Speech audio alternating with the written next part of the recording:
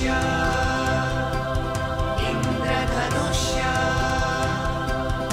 इंद्रधनुष्य इंद्रधनुष्य। नमस्कार श्रोते हो, आज आपल्या स्टुडिओमध्ये जिल्हा शासकीय रुग्णालय रत्नागिरी येथून जिल्हा एड्स प्रतिबंध आणि नियंत्रण विभागाचे जिल्हा कार्यक्रम अधिकारी सचिन पाटील इथे आलेले आहेत. नमस्कार सर. नमस्कार. स्वागत आहे तुमचं स्टुडिओमध्ये. तर मला प्रथम असं सांगा की एका संस्थेमधून तुम्ही आज समाजासाठी चांगलं काम करताय, नेमकं कशा प्रकारचं काम करताय? आम्ही सध्या जिल्हा एड्स प्रतिबंध व नियंत्रण विभाग जिल्हा शासकीय रुग्णालय याच्यामार्फत जिल्ह्यामध्ये HIV एड्सबाबत काम करतो, जेणेकरून लोकांना त्याच्या सुविधा मिळाव्यात, त्याचबरोबर त्यांच्या औषधांना त्यांना कुठं जायला हवं ते पण त्यांना समजावं. बरोबर. नेमकं कामाचं स्वरूप सांगू शकाल? सध्या आता कामाचं स्वरूप म्हटल्यानंतर जिल्ह्यामध्ये HIV तपासणी करण्यासाठी जिल्ह्यामध्ये वेगवेगळ्या ठिकाणी सुविधा केंद्र आहेत. जिल्ह्यामध्ये सर्व ग्रामीण रुग्णालय, उपजिल्हा रुग्णालय, जिल्हा रुग्णालय, त्याचबरोबर प्राथमिक आरोग्य केंद्र या ठिकाणी HIVची तपासणीची मोफत सुविधा दिली जाते. त्याबरोबर त्यांना समुपदेशन दिलं जातं. त्यानंतर त्यांना टेस्ट केल्यानंतर त्यांना पोस्ट टेस्ट पण त्यांना त्यांचे समुपदेशन केलं जातं. टेस्ट नंतर त्यांना परत माहिती दिली जाते. याच्यामध्ये 2 पार्ट आहेत की जर एखादा व्यक्ती HIV पॉझिटिव्ह आला तर त्याला पुढच्या पॉझिटिव्हच्या अनुषंगाने त्याला सुविधा सांगितल्या जातात, आणि जर निगेटिव्ह असेल तर तो निगेटिव्ह कसा राहील याबद्दल त्याला माहिती दिली जाते. बरोबर. आता तुम्ही म्हणालात की गावापर्यंत तुम्ही अशा पद्धतीने पोचता. हो. पण मग जेव्हा असा रुग्ण तुमच्याकडे येतो तेव्हा नेमकी प्रोसिजर काय असते? मॅडम, असं म्हणजे काय आहे, म्हणजे काही तपासण्या किंवा हे असं थोडं विस्ताराने सांगा. याच्यामध्ये पेशंट स्वतः कधीतरी त्या ठिकाणी हॉस्पिटलमध्ये येतो, तो डॉक्टरांच्या सानिध्यात आल्यावर डॉक्टर त्याच्या सिम्पटम्स चेक करतात आणि त्यानुसार ICTC केंद्रामध्ये त्यांना पाठवतात. मात्र प्रत्येक वेळी असं होत नाही आहे. तर काही वेळा समुपदेशक एखाद्या हाय रिस्क एरिया असतील, ग्रुप असतील, त्या ठिकाणी जाऊन स्वतः कॅम्प वगैरे अरेंज करतात. त्या ठिकाणी त्यांची तपासणी, त्यांना समुपदेशन केलं जातं. त्यामधून सुद्धा HIV पॉझिटिव्ह लोकांची त्या प्रोग्राममध्ये इन्क्लूड होत जातात. अच्छा. म्हणजे त्या येणाऱ्या व्यक्तीला जेव्हा कळतं की पॉझिटिव्ह आहे की निगेटिव्ह, त्याच्यावरून त्याची पुढची जी काही कार्यप्रणाली असेल ती ठरत असते. हो. बरं, यासाठी काय गव्हर्नमेंट स्कीम्स आहेत का?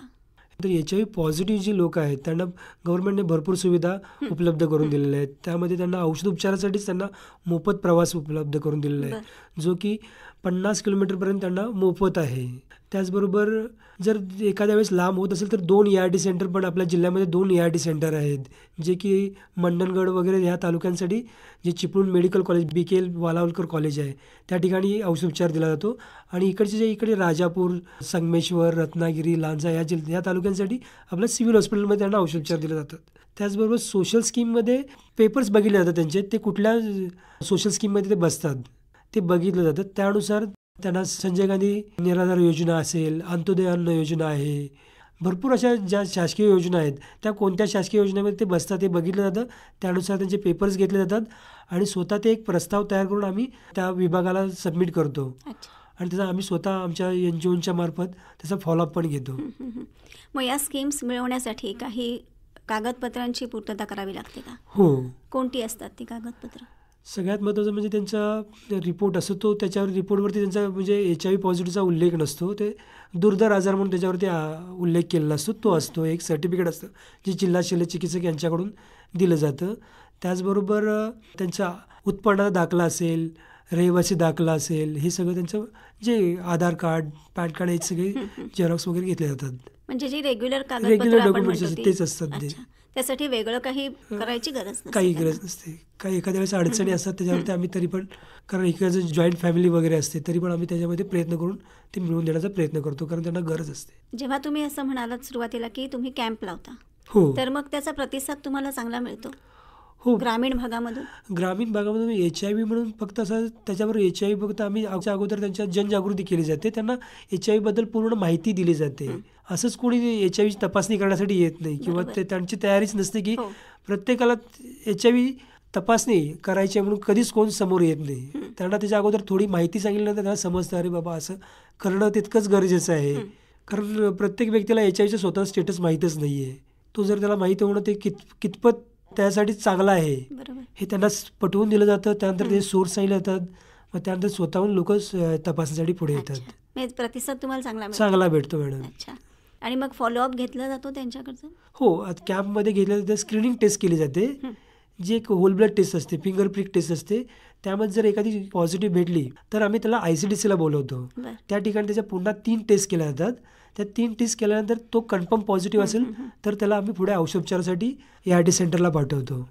HIV आपण पॉझिटिव्ह आहोत हे जेव्हा एखाद्या रुग्णाला कळतं तेव्हा शारीरिक म्हणण्यापेक्षा आधी त्याची मानसिक पातळी फार खालावते खालावते. आणि तो एकदम वेगळ्या दुनियेमध्ये प्रवेश करतो की एकदम मानसिक खच्चीकरण म्हणतो आपण की तर समाजामध्ये मी आता कसा वावरणार, किंबहुना कुटुंबामध्ये सुद्धा कसा वावरणार ह्याची सुद्धा काही वेळा त्याच्या मनात खंत असेल. तर त्यासाठी तुम्ही काही त्याला प्रयत्न करता का की त्यातून त्याने वर यावं असं? पण असं आहे की म्हणून तर ह्या HIV तपासणी करण्याच्या अगोदर समुपदेशन करणं किती गरजेचं आहे ते ह्यासाठीच आहे. कारण त्याला बऱ्यापैकी बेसिक थोडंफार एखादा हाय रिस्कमध्ये असेल तर त्याला थोडंफार बेसिक कल्पना असते त्याच्याबद्दल आपल्याला काय होऊ शकतं. कारण ज्यावेळी एखादा व्यक्ती आपलं त्याचं प्रिटेस्ट काउन्सिलिंग होतं त्यानंतर जी टेस्ट होते, मग त्या टेस्टनंतर त्याचा रिपोर्ट येईपर्यंत एक अर्धा तासाचा वेळ असतो. त्या वेळामध्ये त्याला पूर्ण पाठी काय त्याने केलेल्या गोष्टी आहेत ते पूर्ण त्याच्या आयुष्यात क्षणार्धात निघून जातं. आणि त्यानंतर त्याचा रिपोर्ट आलेला असतो, तो रिपोर्ट घेईपर्यंत ते त्याची खालावलेली मनस्थिती असते. त्यानंतर तो ज्यावेळी एखादा रिपोर्ट बघतो एखाद्या व्यक्तीला निगेटिव्ह असेल तर त्याचा आनंदही तितकाच असतो. कारण त्याला माहीत असते की बाबा आपण आनंद का आहोत. त्या 5 मिनिटामध्ये त्याने भरपूर बघितलेलं असतं, त्याचं आयुष्य डोळ्याखालून गेलेलं असतं. मात्र एखादा जर पॉझिटिव्ह असेल तर तो कित्येक वेळा काही बोलण्याच्या मनस्थितीत नसतो. मग त्यासाठी त्याचे कितीतरी आम्ही फॉलोअप्स घेतो, 2-3 सेटिंग घेतो. त्यानंतर तो स्टेबल झाल्यानंतर आम्ही त्याला ARTला पाठवतो. मात्र त्याच्या महत्त्वाचा पार्ट काय आहे तर त्याच्या पार्टनरला सांगण्याची ते त्याला सगळ्यात जास्त मोठे अडचण होत असते. त्याला आपल्या पार्टनरला कसं सांगायची ही गोष्ट. तो स्वतः पॉझिटिव्ह एक वेळ ॲक्सेप्ट करतो, मात्र आपण आपल्यामुळे आपल्या पार्टनरला होणार आहे त्याला गिल्ट सगळ्यात मोठं असतं त्यासाठी. बरोबर आहे.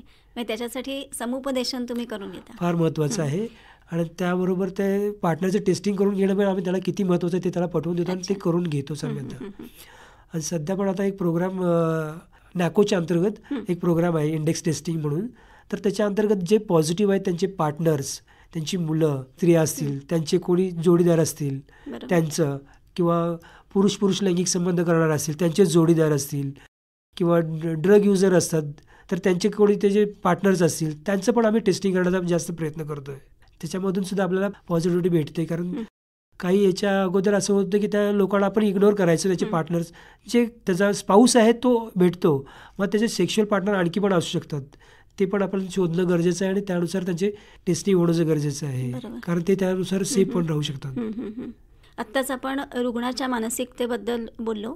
कसं असतं ह्या रुग्णांना आपण म्हटलं की फॅमिलीमध्ये राहणं किंवा समाजात वावरणं थोडंसं मानसिकदृष्ट्या जड जातंच, पण त्याचबरोबर त्यांची जी फॅमिली आहे त्यांनासुद्धा हे सगळ्या अडचणींचा सामना करावा लागतो. म्हणजे त्यांची मुलं असतील तर त्यांना शिक्षणाच्या दृष्टीने असेल, घरातल्या बाकीच्यांना नोकरीच्या दृष्टीने काही प्रॉब्लेम्स येत असतील, तर त्यासाठी काय तुम्ही प्रयत्न करता की त्यांचं जे हे जगणं आहे किंवा हा जो प्रवास आहे तो जास्ती चांगल्या पद्धतीने व्हावा?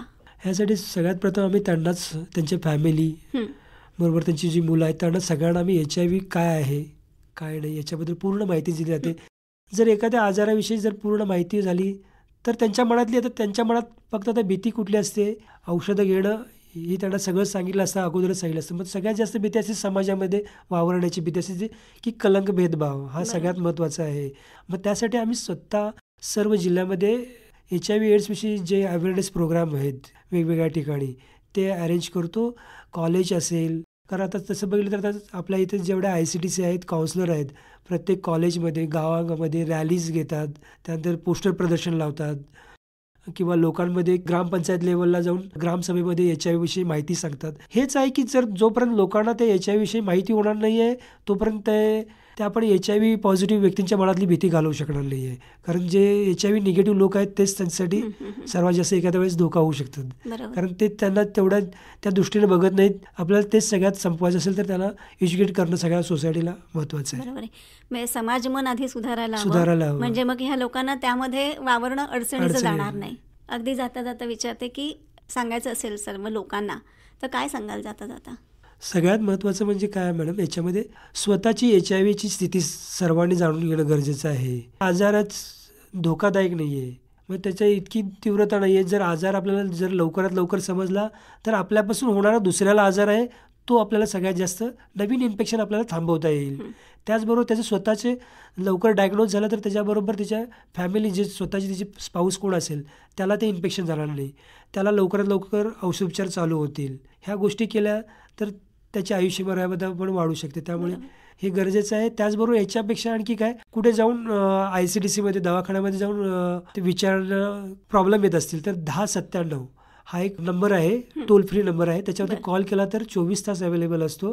त्याच्यावरती HIV पूर्ण माहिती दिली जाते, त्यांची सगळ्या प्रश्नांचे उत्तर दिले जातात. त्याचबरोबर त्यांची काही एखादी HIV विषयीची काहीतरी कंप्लेंट असेल ती पण आपण त्या 1097 नंबरवरती नोंदवू शकतो. अच्छा, HIV बाधित असतील तर हे जे सगळे तुम्ही आता मगासपासून जे सांगताय ते सगळं सांगताय, पण मुळातच होऊ नये यासाठी काही कॅम्प्समध्ये तुम्ही लोकांना सांगता का, किंवा त्यासाठी जनजागृती जी आपण म्हणतो? सगळ्यात महत्त्वाचं आहे मॅडम, हे सगळ्यात आपण हा आजार ना असा औषधाने संपणारा नाही आहे, हा प्रिव्हेन्शनच संपणारा आहे. म्हणून ह्याच्यासाठी आमच्याकडे आहे ABC. A for ॲब्स्टिनन्स. शक्यतो आपण याच्यामध्ये शारीरिक संबंध, अनैतिक शारीरिक संबंध लग्ना अगोदर टाळणंच गरजेचं आहे. B for be faithful. आपला जो जोडीदार आहे, जो लैंगिक जोडीदार आहे त्याच्याशी प्रामाणिक राहणं गरजेचं आहे. आणि C correct and consistent condom use. हा जर व्यवस्थित असेल तर HIV त्या व्यक्तीपर्यंत पोचणार सुद्धा नाही. आणि हेच आम्ही त्यांना सगळ्यांना सांगतो आणि आपण ह्यासाठीच काम करत राहतो. प्रिव्हेन्शनच सगळ्यात महत्त्वाची गोष्ट आहे. हा प्रोग्रामच प्रिव्हेन्शनवरती आहे. बरोबर. म्हणजे लहानपणी आपण जे ABC शिकलो होतो, A फॉर ॲपल, त्याचप्रमाणे थोडं मोठं झाल्यावर ABC ही सुद्धा शिकणं फार गरजेचं आहे. सर, तुम्ही आज इथे आलात आणि खूप चांगली माहिती सर्व श्रोत्यांपर्यंत पोहोचवलीत. आकाशवाणीच्या परिवारातर्फे आणि सर्व श्रोत्यांतर्फे मी आपले आभार मानते. धन्यवाद. नमस्कार. थँक्यू. नमस्कार.